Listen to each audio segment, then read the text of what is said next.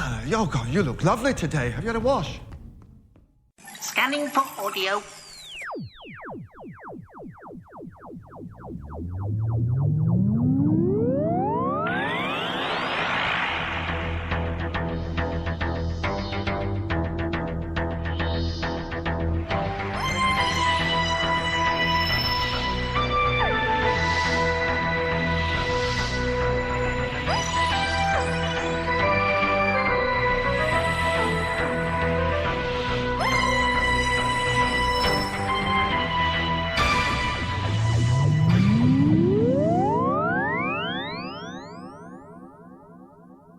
Welcome to a Tin Dog podcast talking about The Caretaker. Yes, it's the halfway point for Peter Capaldi.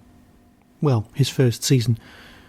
I'm going to assume he's staying for longer than, 1 year. He's not pulling an Eccleston on us, no matter what the internet says. One of the first things that you notice when you're watching this, or indeed most of the stories from this series of Doctor Who, is that it always says, written by someone and Stephen Moffat. Today is no exception. Gareth Roberts has written this story. Now, there's a lot of conjecture, a lot of theories, a lot of people thinking that it's internal politics. But here's my theory. If you're the writer of a story and it's on TV, you get paid. If you're the writer of a story and it's on TV and it's repeated, you get paid again, a smaller amount. And this is basically your retirement fund. Forever and ever and ever. Now, say you're the writer of a TV show and you're the script editor. And what you do is you take somebody else's script and you put your own spin on it. You put in quite a lot of the text so that it all makes sense in a massive story arc kind of a way. You're bashing away at your typewriter, helping out, writing, adding bits, adding quite a lot of text or some text and putting it in. You're changing the original script, but you're the script editor. Script editors do not get paid a repeat fee, despite the fact that they'll have written quite a large amount of the script.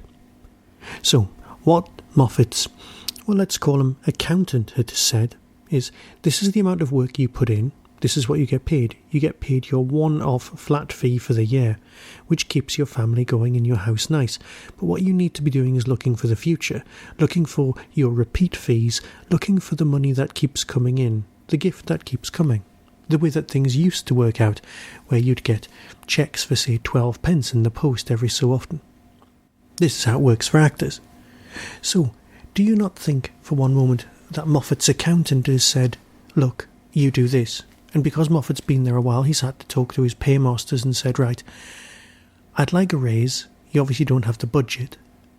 So what I'll say is, can you give me joint agreement so that I can put joint credit on every programme for the amount of work that I'm already putting in, but so that I actually get paid a repeat fee. Everybody else is happy because they're getting paid because they were going to get paid anyway. Moffat's name's on every single story, which means he gets his cut every time there's a repeat. Do you not think this is logical and indeed fair? Because these are the people who've put in a lot of work. But RTD's only going to get paid for the scripts that he did. There is, of course, an old theory, which dates back to something Terry Nations once said. Basically, if you're in charge of a programme, and you're going to submit scripts for the run, you write the first and last story, because if they decide to repeat them, the one episode that they're not going to lose are the ones from the beginning or the end. Which is why Moffat always writes, and RTD always writes the beginning and the end of the run. It's not quite as clever or as elegant, but again, it makes sense. So, that's my theory, but I'm sure other people have got their own. And so, on to talk about the Sarah Jane adventures. Sorry, the Caretaker. Now, we all know what John Pertwee always said about Doctor Who stories taking place on Earth, the whole Yeti on the loo and tooting Beck. Well, fair enough. If you bring the threat to you, to where the punters live, the people like us, then A, it makes the story cheaper to film, and B, it makes it more accessible. Well, there you go. And that's what we've got with The Caretaker. Now, let's look at Gareth Roberts' track record, shall we? On TV, we've got The Lodger and Closing Time. Now, I want to talk about threat levels and the creatures and the monsters involved in those in a minute. But let's also look at the rest of Gareth's work. He's done some fantastic novelisations. He's also done some great work with the comics. In fact, I think he's the only person to have worked in every single of the Doctor Who mediums. Is that a real word? Mediums? Media? Let's not conjugate Latin. This guy's done The Romance of Crime, Sharda. He's also working on City of Death as a novelisation. Very talented gentleman. But on TV, his output has a very urban feel. It's the Doctor living amongst us, the humans, with a kind of comedic twist, and that's what we're going to get. It's how people will see this coming in. They'll sit there and go, right, the comedy episodes this season are Robot of Sherwood and this one. Well, yeah, I can see the argument for that. There are some laughs. I wouldn't say laughs aplenty, but there are some laughs in this storyline. But that's making things overly simplistic. Because yeah, it does have things in common with those other stories, but you know, it's also got things in common with, say, The Widow, the Witch and the Wardrobe. Because in that, the Doctor referred to himself as the Caretaker, and if you're going to compare, well, that's a good place to start. The Doctor going deep undercover. The shining parts of this is quite definitely, as last week, and in fact as every episode so far, Capaldi and Coleman's performances. Danny Pink's performances, well, I just don't know. I can't compare him with anything else. Everyone says he's marvellous. I'm just not buying him. But then again, I'm not truly buying him as a character, especially in this story. A recurring theme in this story is that the Doctor keeps calling Danny the PE teacher because it doesn't make sense that a soldier could teach. Now, again, I've got notes about this. The Brigadier, a soldier the Doctor respected, taught maths. So he is used to this sort of thing and just needs to accept it and move on. Watching it for a second and third time, I have noticed how tightly plotted, how subtle a lot of the background stuff is. There are things that you miss, or at least don't pay that much more attention to, and you see them on the second and third viewing. I've got issues, but then again I've always got issues, but the issues come from it being set in the real world. Clara's meant to be an English teacher, fair enough. She's meant to be teaching in a high school, again, fair enough. She's meant to be being older than she looks, despite the fact that she does look as though she was about 12. She's meant to be in her mid-late 20s now. And again, she's teaching. Well, that's fair enough. Now, she's teaching at Coal Hill School. Yeah, I think that's something we need to cover in a moment. But let's face it, as far as this story is concerned, it could kind of be any old school. Any old school seen in a Sarah Jane Smith adventure. My issues come from, do you not think that the head would have had a word with her and said she's slightly inappropriately dressed? I know teachers, and I know that heads have very strict guidance on what people are wearing. I think someone would have come along and said, no, could you wear something a little bit more fitting? Something that isn't going to, well, let's put it politely, distract the students. Despite the fact that many of them are teenagers and they could be distracted by practically anyone.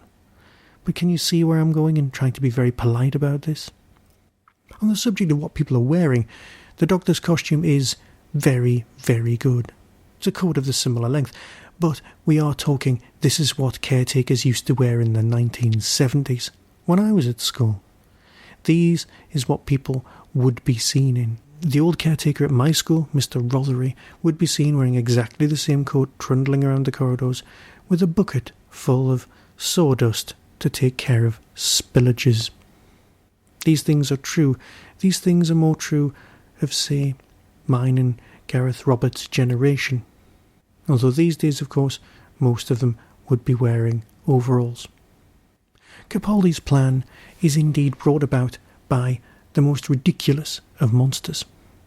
Now, in an interview in Doctor Who magazine, Gareth Roberts is sort of saying that there was too much threat from the Cybermen, too much storyline, whereas in The Lodger, the threat came from the silence which were upstairs, and that was almost integral to the plot because the threat was actually part of the house where they were living. The narrative structure revolved around that. But in closing time, the Doctor had to work in a shop. But I don't think there was too much Cyberman. I don't think there was enough Cyberman nonsense in closing time. But in order to get round all that distraction, you had to have a creature that would be literally a MacGuffin, literally a plot device. There is an alien creature, an alien killing machine, something that will probably never be mentioned again, never gone into. And that's how we end up with a Scovox Blitzer. I can imagine the description in the script being hideous and being spider-like and being all skittery, and what we get is something that is plain well ludicrous and straight out of the reject pile from Sarah Jane Smith Adventures. It is old school, but let's face it, a machine that can be defeated by pressing Ctrl-Alt-Delete inside of it, that's just something you kind of get used to. Oh, I don't want to sound all up myself, but do you not think that the policeman's death and this charred hand was a little bit much for this sort of thing? I mean, for example, last week, when we saw the man's head melted by the teller, that was the sort of thing you used to see in, well, Hellraiser films, and now it's kids' TV. Yes, putting it on at 8:30 makes you just go, oh yeah, it's going to be scarier, and it kind of wasn't. Were you thinking that it was going to be autons and the camera panned past and you saw all of those shop dummies giving a nice little nod to Blade Runner? Perhaps it's not. Perhaps it's just me. So, issues with people from the army becoming teachers. This is a rant aimed firmly at the British education system. There was a time when if you wanted to become a teacher, you went to university, you learned subjects, you learned how to be a teacher. It took 4 or 5 years, approximately the same length of time it takes to become a doctor. You do training, you do on-the-job training, and you end up becoming a teacher. These enlightened days, our wonderful government has made it possible for people to leave the army with almost no extra training and just be jumped straight in to the perceived battle zones of our schools. Do you not find that just a little bit ridiculous? Do you not think that that undermines teachers who've undergone actual training? Do you not think that perhaps I'm just a little bit too close to this and find it ridiculous? I'm kind of with the Doctor that soldiers should not be allowed to become teachers. Well, yes, they should, but only if they've actually undergone teacher training. There's a programme on in the UK called Educating the East End, where one teacher in the first programme was floundering slightly, and then he won the students round and gave them a decent English lesson. In the interview with the head afterwards, she said that that was down as outstanding. I have a little experience in this area and can quite honestly tell you that it wasn't. If you watch that episode, you'll be able to see the people in the background who were just terrified, who actually wanted to learn. I believe there was 5 of them in that classroom. I counted them myself. Does this count as wandering off topic? I guess it does. Now, shall we discuss Danny Pink, or shall we discuss the Matt Smith cosplayer in the story? Let's discuss the Matt Smith cosplayer. A piece of glorious casting, because he's there in the background and you see him out of the corner of your eye and you go, oh, that was odd, in the staff room, and then you see him later on in the Doctor's fixing the electrical cabinet thing. And the Doctor, being oblivious to most things emotional, but think he's well on the ball, manages to see the Matt Smith lookalike as Clara's potential mate. He's very disparaging of Mr. Pink. Almost too disparaging. Oh, several weeks ago on the episode when you were thinking that they were on the date, listen. Danny said he was busy with family issues, but he was also in a children's home, so there's obviously a bit of storyline that's been skated over that people may not have spotted. I'm holding out for something being interesting there, because those aspects of this story simply weren't. I know the monster invasion was there just to set us up and just to distract us while we put up with the whole emotional context about Clara and the Doctor coming to terms and having the uneasy truce about each other, about Mr. Pink discovering the TARDIS, but the knowing, wise old hawk face of Capaldi as he was looking at the Matt Smith-alike is some of the truly comedy moments of this episode. But on top of all of this, there's some overriding emptiness, something missing from this that really should have been present. Cast your mind back to the 2013 special when the camera panned past Coal Hill School, and you saw Ian Chesterton's name. You all know where I'm going with this. If his name's on the enormous piece of wood, then we should be able to see him in this story just do a cough and a spit or something. The guy's a particularly good actor and he's not past it or anything. He could have been in this. The whole of the old school would have been dancing in the aisles. But no, nothing. Why was there no Ian? I just don't get it. Of course there are some great moments here, and that's what I'm holding on to. Things like Danny Pink's entire conversation about the Doctor being the officer class. It made you think about the Doctor, and that worked tremendously well. There are themes of cheating. Is Clara cheating on the Doctor with Danny? Is she cheating on Danny with the Doctor? Is she just not being honest to herself? And all of this comes down at the very end to the conversation where Danny says this. If he ever pushes you too far, I want you to tell me, because I know what that's like. You'll tell me if that happens, yeah? Yeah. It's a deal. No. It's a promise. Okay, I promise. And if you break that promise, Clara, we're finished. Don't say that. I'm saying it because if you don't tell me the truth, I can't help you. And I could never stand not being able to help you. We clear? Yes. We're clear. Well, you just know that that's going to come back and bite us all on the bum. New characters, or new to us, in this story is Courtney. And apparently she's very important for next week. Although, to be honest, I just don't care. Perhaps it's because I've been spoiled. Perhaps it's because this week I've been listening to some particularly good big finishes. And trust me, they are very, very good. The Philip Hinchcliffe box set just knocks spots off anything off TV of late. Perhaps I'm just too old school for my own good. So all in all, did I like this? Yes. Clicking your fingers and opening the door, the way that was such a big thing for Tennant, becomes just a third-rate magic trick that anyone can do these days with a TARDIS. Fair enough. And of course, we have Missy at the end of the Nether Sphere.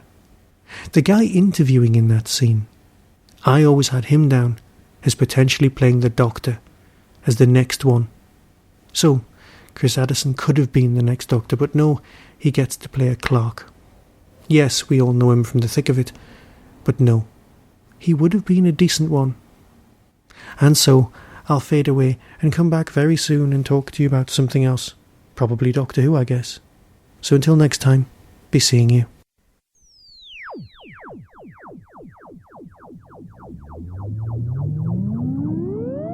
You've been listening to the Tin Dog Podcast. Doctor Who and its connected properties are copyright and trademark of the BBC. No infringement is intended. To contact the show, email tin-dog@hotmail.co.uk. Whostrology, a Time Traveller's Almanac, is available through Telos Publishing or Amazon.